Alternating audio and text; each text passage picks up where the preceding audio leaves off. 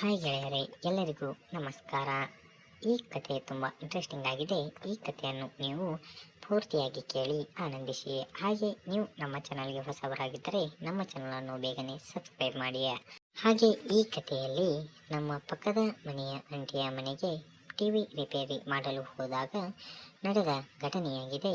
ಈ ಕಥೆಯನ್ನು ನೀವು ಪೂರ್ತಿಯಾಗಿ ಕೇಳಿ ಆನಂದಿಸಿ. ಹಾಗೆ ಈ ವಿಡಿಯೋವನ್ನು ನೋಡೋಣ ಬನ್ನಿ. ಕಥೆ ಪ್ರಾರಂಭಿಸೋಣ. ನನ್ನ ಹೆಸರು ಸೋಮೇಶ್. ನನಗೆ ವಯಸ್ಸು 28 ಆಗಿದ್ದವು. ಹಾಗೆ ನನಗೆ ಮದುವೆ ಇನ್ನೂ ಆಗಿರಲಿಲ್ಲ. ಅದಕ್ಕಾಗಿ ನಾನು ದಿನನಿತ್ಯ ನಮ್ಮ ಪಕ್ಕದ ಮನೆಯಲ್ಲಿ ಇರುವ ಆಂಟಿಯ ಮನೆಗೆ ಹೋಗಿ ಅಲ್ಲಿಯೇ ಅವರ ಜೊತೆ ಮಾತನಾಡುತ್ತಾ ಕುಳಿತುಕೊಳ್ಳುತ್ತಿದ್ದೆ.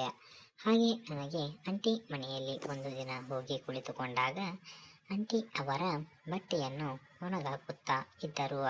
ಹಾಗೆ ಅವರು ಬಟ್ಟೆಯನ್ನು ಒಗೆಯುತ್ತಾ ಕುಳಿತುಕೊಂಡಾಗ ನಾನು ಅಲ್ಲಿಗೆ ಹೋದೆ. ಹಾಗೆ ನಾನು ಅಲ್ಲಿಯೇ ಸೋಫಾದ ಮೇಲೆ ಒಳಗೆ ಹೋಗಿ ಕುಳಿತುಕೊಂಡೆ.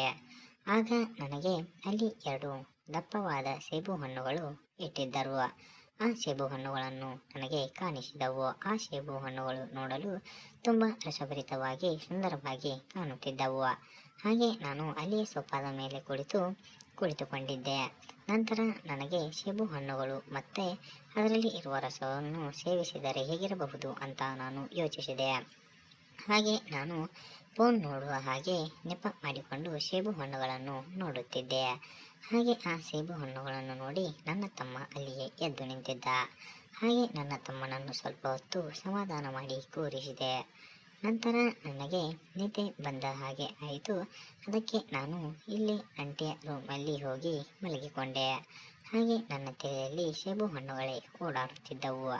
ಹಾಗೆ ನಾನು ಯೋಚಿಸಿದ, ಈ ಸೇಬು ಹಣ್ಣುಗಳೇ ಹೇಗಿದ್ದಾವೆ ಅಂದರೆ ಆಂಟಿಯ ಹತ್ತಿರ ಇರುವ ಆಟೋಣಿಕೆ ಸಾಮಾನು ಹೇಗಿರಬಹುದು ಅಂತ ಹೇಳಿ ನಾನು ಯೋಚಿಸುತ್ತಾ ಮಲಗಿಕೊಂಡೆ.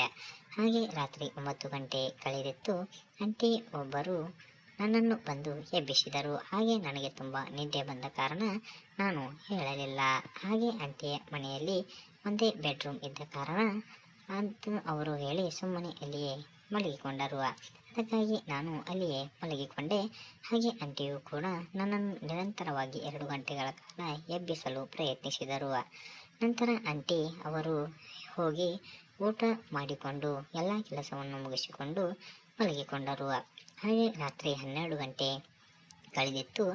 ಊಟವೂ ಕೂಡ ನಾನು ಕೂಡ ಗಾಢ ನಿದ್ರೆಯಲ್ಲಿ ಇದ್ದೆ. ಆಂಟಿಯು ಕೂಡ ಗಾಢ ನಿದ್ರೆಯಲ್ಲಿ ಇದ್ದರು.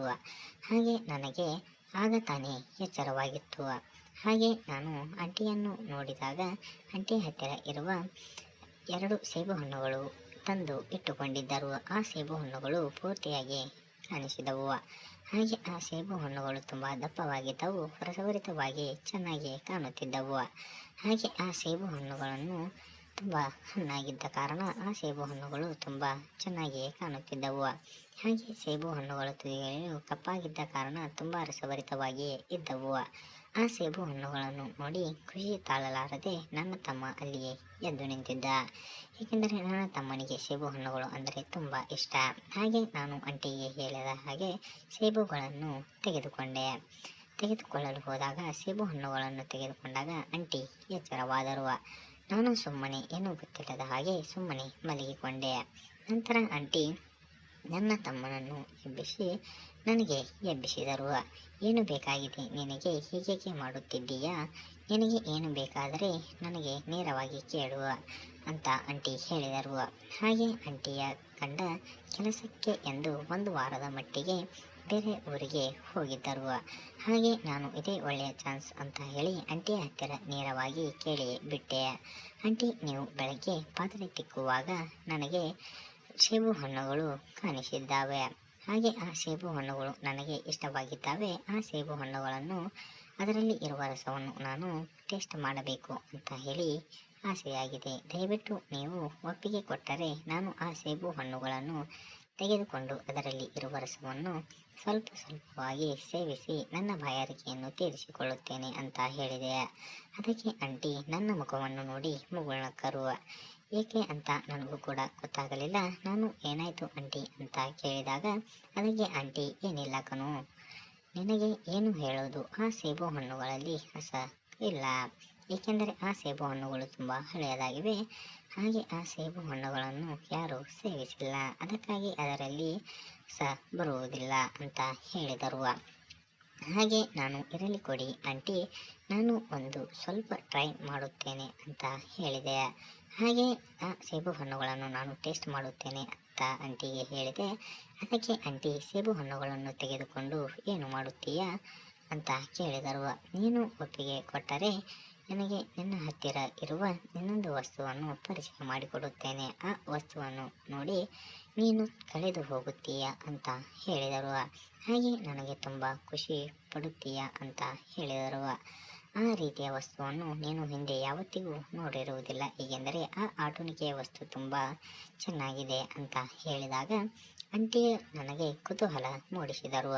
ನಾನು ಆಂಟಿಗೆ, ಆಂಟಿ ನೀವು ಸಮಯ ವ್ಯರ್ಥ ಮಾಡದೆ ನನಗೆ ಆ ವಸ್ತುವಿನ ಪರಿಚಯ ಮಾಡಿಕೊಡಿ ಅಂತ ಹೇಳಿದೆ. ನಂತರ ಆಂಟಿ ಅವರು ಹೋಗಿ ಊಟ ಮಾಡಿಕೊಂಡು ಎಲ್ಲ ಕೆಲಸವನ್ನು ಮುಗಿಸಿಕೊಂಡು ಅವರು ಕೂಡ ಅಲ್ಲಿಯೇ ಬಂದು ಮಲಗಿಕೊಂಡರು. ಆಗ ರಾತ್ರಿ 12 ಗಂಟೆ ಕಳೆದಿತ್ತು. ಆಂಟಿಗೂ ಕೂಡ ಗಾಢ ನಿದ್ರೆಯಲ್ಲಿ ಇದ್ದರು. ಹಾಗೆ ನಾನು ಕೂಡ ಸುಮ್ಮನೆ ಅಲ್ಲಿಯೇ ಮಲಗಿಕೊಂಡಿದ್ದೆ. ಹಾಗೆ ಆಂಟಿಯು ಕೂಡ ನನಗೆ ಹೇಳಿದರು, ಹಾಗೆ ಈ ಸೇಬು ಹಣ್ಣುಗಳನ್ನು ನೀನು ತೆಗೆದುಕೊಂಡು ಸೇವಿಸು ಅಂತ ಹೇಳಿ ಆಂಟಿ ನನಗೆ ಆ ಸೇಬು ಹಣ್ಣುಗಳನ್ನು ನನಗೆ ಕೊಟ್ಟರು. ಹಾಗೆ ಈ ವಿಡಿಯೋದಲ್ಲಿ ಏನಾದರೂ ಅಕ್ಷರಗಳ ತಪ್ಪಾದಲ್ಲಿ ಕ್ಷಮೆ ಇರಲಿ. ಹಾಗೆ ಆ ಸೇಬು ಹಣ್ಣುಗಳು ತುಂಬ ರಸಭರಿತವಾಗಿದ್ದವು, ಹಾಗೆ ತುಂಬ ಹಣ್ಣಾಗಿದ್ದವು. ಆ ಸೇಬು ಹಣ್ಣುಗಳನ್ನು ನಾನು ಸೇವಿಸಲು ಮುಂದಾದೆ. ಹಾಗೆ ಆ ಸೇಬು ಹಣ್ಣುಗಳು ಆಂಟಿ ನನ್ನ ಕೈಗೆ ಕೊಟ್ಟರು. ಆ ಸೇಬು ಹಣ್ಣುಗಳನ್ನು ಒಂದೊಂದಾಗಿ ತೆಗೆದುಕೊಂಡು ನಾನು ಆ ಸೇಬು ಹಣ್ಣುಗಳಲ್ಲಿ ಇರುವ ರಸವನ್ನು ನಾನು ನಿರಂತರವಾಗಿ ಸೇವಿಸಿದೆ.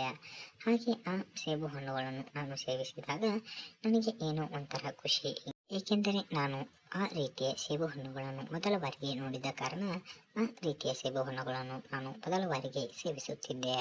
ಅದಕ್ಕಾಗಿ ಆಂಟಿಯು ಕೂಡ ಒಪ್ಪಿಕೊಂಡು ಅವರ ಹತ್ತಿರ ಇರುವ ಅವರು ಇಟ್ಟುಕೊಂಡಿರುವ 2 ಸೇಬು ಹಣ್ಣುಗಳನ್ನು ನನಗೆ ಕೊಟ್ಟರು.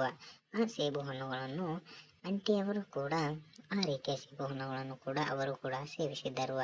ಹಾಗೆ ನಾನು ಆಂಟಿ ನಿಮ್ಮಿಂದ ನನಗೆ ತುಂಬ ಉಪಕಾರವಾಯಿತು, ಏಕೆಂದರೆ ನನಗೆ ಮೈಯಲ್ಲಿ ಎನರ್ಜಿ ಇಲ್ಲದ ಕಾರಣ ಈ ಸೇಬು ಹಣ್ಣುಗಳನ್ನು ತಿಂದರೆ ನನ್ನ ಮೈಯಲ್ಲಿ ಎನರ್ಜಿ ಬರುತ್ತದೆ ಅಂತ ಹೇಳಿ ಆಂಟಿ ಹತ್ತಿರ ಪಡೆದುಕೊಂಡೆ. ಹಾಗೆ ಆ ಸೇಬು ಹಣ್ಣುಗಳು ತುಂಬ ಟೇಸ್ಟಿಯಾಗಿದ್ದವು. ಹಾಗೆ ನೀವು ಯಾವ ರೀತಿಯ ಸೇಬು ಹಣ್ಣುಗಳನ್ನು ಸೇವಿಸಿದ್ದೀರಾ ಅಂತ ಕೂಡ ಬೇಗನೆ ಕಮೆಂಟ್ ಮಾಡಿ. ಹಾಗೆ ನೀವು ಯಾವ ರೀತಿಯ ಸೇಬು ಹಣ್ಣುಗಳನ್ನು ಸೇವಿಸಿದ್ದೀರಾ ಅಂತ ಕೂಡ ಬೇಗನೆ ಕಮೆಂಟ್ ಮಾಡಿ, ಏಕೆಂದರೆ ನೀವು ಕಮೆಂಟ್ ಮಾಡಿದರೆ ನಮಗೆ ಮುಂದಿನ ವಿಡಿಯೋ ಮಾಡಲು ಪ್ರೋತ್ಸಾಹ ಸಿಗುತ್ತದೆ.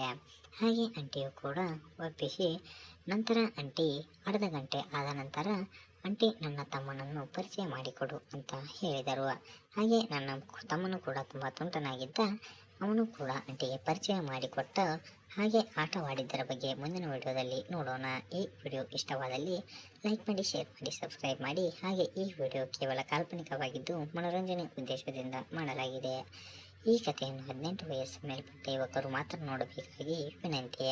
ಹಾಗೆ ಈ ಕಥೆ ಯಾವುದೇ ವ್ಯಕ್ತಿಗಾಗಲಿ, ವ್ಯಕ್ತಿತ್ವಕ್ಕಾಗಲಿ, ಸಮಾಜಕ್ಕಾಗಲಿ ಸಂಬಂಧಪಟ್ಟಿಲ್ಲ.